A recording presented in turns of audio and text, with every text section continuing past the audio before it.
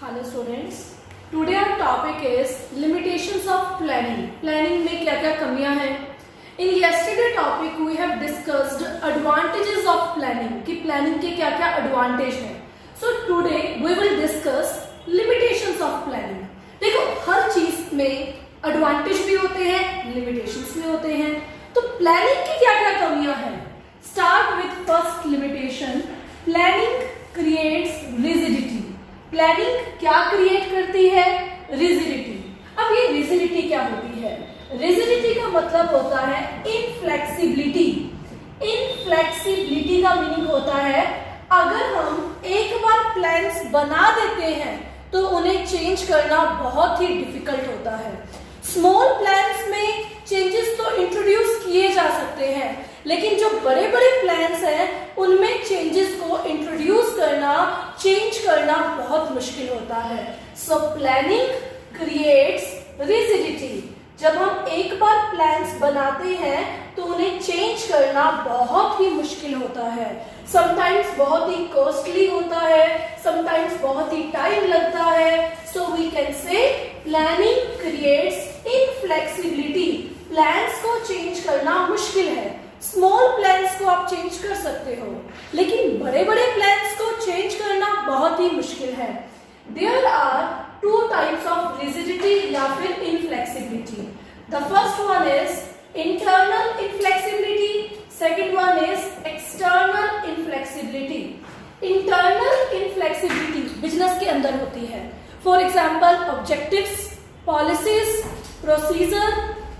ये एक बार अगर बना दिया तो इसको चेंज करना क्या होता है? मुश्किल होता है।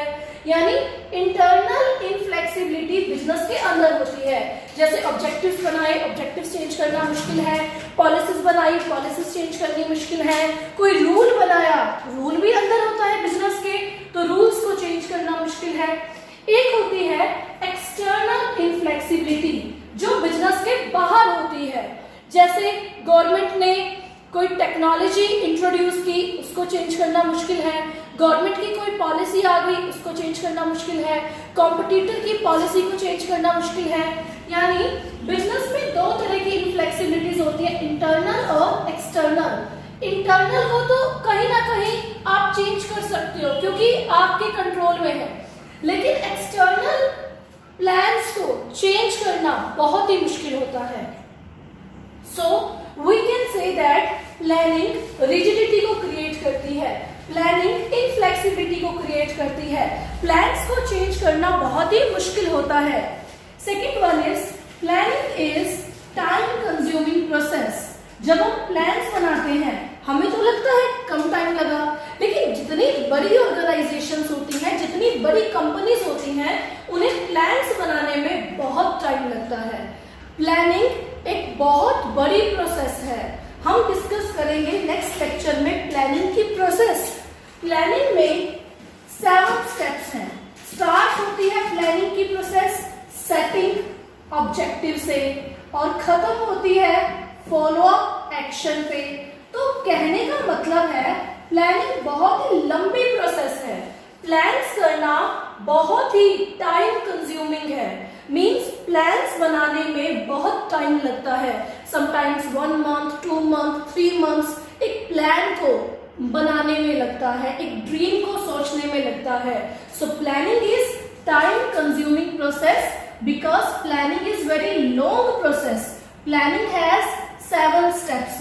स्टार्ट विद सेटिंग ऑब्जेक्टिव, खत्म कहाँ पे होती है? Ends with follow up action.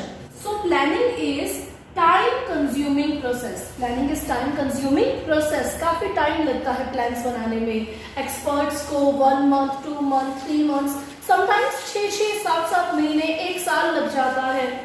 Third one is planning is costly process. Planning बहुत महंगी प्रोसेस है। कैसे महंगी है? अब कंपनीज की बात करें तो प्लान्स बनाने के लिए एक्सपर्ट्स अपॉइंट करने पड़ते हैं। उन एक्सपर्ट्स को हाई सैलरी देनी पड़ती है। So it can say planning is costly process. Planning is costly process. Planning बहुत ही महंगी प्रोसेस है। एक्सपर्ट्स अपॉइंट करना, उन्हें सैलरी देना, उन्हें रेम्यूनरेशन देना, उन्हें बोनस देना। So it can say planning बहुत ही कॉस्टली यानी महंगी प्रोसेस है। प्लान्स जब बनाते हैं तो काफी सारे प्रोजेक्ट्स बनाते हैं, उन प्रोजेक्ट्स को बनाना बहुत महंगा है। फॉर एग्जाम्पल एक बिल्डिंग बनानी है, पहले उस बिल्डिंग का प्रोजेक्ट बनाया जाएगा, उस बिल्डिंग का डेमो बनाया जाएगा, उसको बनाना बहुत महंगा है। So it can say planning बहुत महंगी प्रोसेस है। प्लानिंग एक लंबी प्रोसेस भी है, तो हर स्टेप पे काफी पैसा लगता है। सेटिंग ऑब्जेक्टिव सेट कर रहे हैं तो पैसा लग रहा है। नेक्स्ट वन है planning does not work in a dynamic environment. Planning dynamic environment में काम नहीं करती। डायनामिक एनवायरनमेंट का मतलब क्या होता है? जो एनवायरनमेंट चेंज होता रहता है, गवर्नमेंट के अकॉर्डिंग, टेक्नोलॉजी के अकॉर्डिंग, कॉम्पिटिटर के अकॉर्डिंग, उसे डायनामिक एनवायरनमेंट बोलते हैं। तो प्लानिंग डायनामिक एनवायरनमेंट में काम नहीं करती। कैसे नहीं करती? Let us take an example. एक एग्जांपल लेते हैं।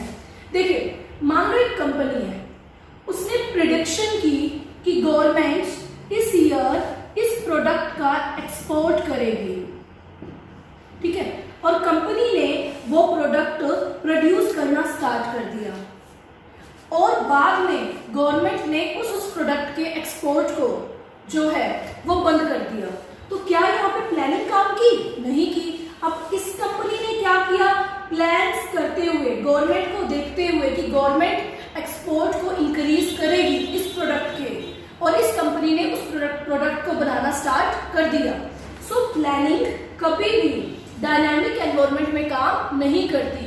जो एनवायरनमेंट चेंज होता रहता है, जो एनवायरनमेंट गवर्नमेंट के अकॉर्डिंग, पॉलिसीज के अकॉर्डिंग, कॉम्पिटिटर के अकॉर्डिंग चेंज होता रहता है, प्लानिंग कभी भी वहां पे काम नहीं करती। प्लानिंग फिक्स्ड एनवायरनमेंट में काम करती है। प्लानिंग कभी भी डायनामिक एनवायरनमेंट में काम नहीं करती। मान लो एक दिन आपने प्लान बनाया कि पहले मैं अकाउंट्स करूंगा, फिर बिजनेस, फिर eco, next day eco, business, accounts, next day business, accounts, eco. क्या आपकी प्लानिंग काम करेगी?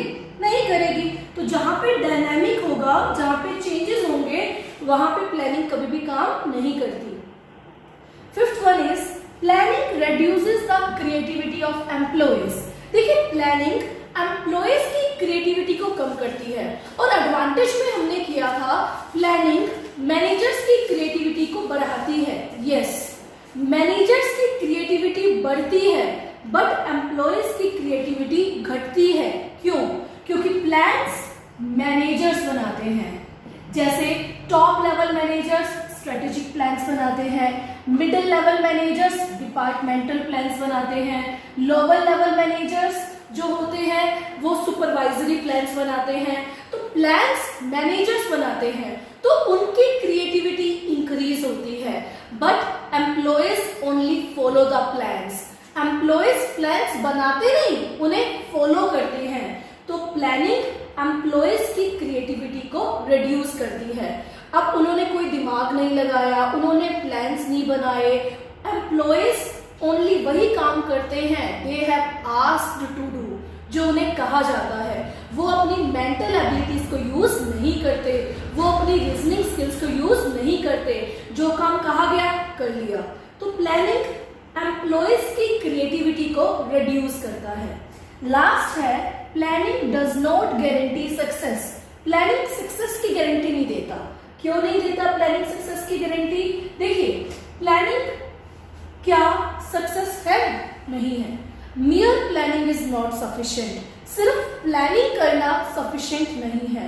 मियर प्लानिंग इज नॉट सक्सेस या mere planning is not sufficient. आपने प्लान्स बना लिए, 98% मार्क्स लेने हैं, क्या काफी है?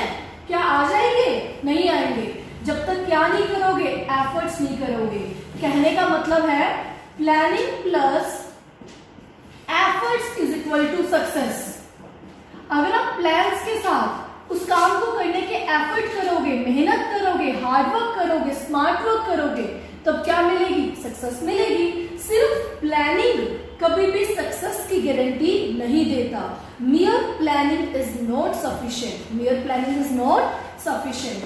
So these are the limitations of planning. कि प्लानिंग रिजिडिटी को क्रिएट करता है, प्लानिंग बहुत ही टाइम कंज्यूमिंग है, बहुत टाइम लगता है क्योंकि प्लानिंग बहुत ही लंबी प्रोसेस है, प्लानिंग बहुत ही कॉस्टली प्रोसेस है और प्लानिंग डायनामिक एनवायरनमेंट में काम नहीं करती।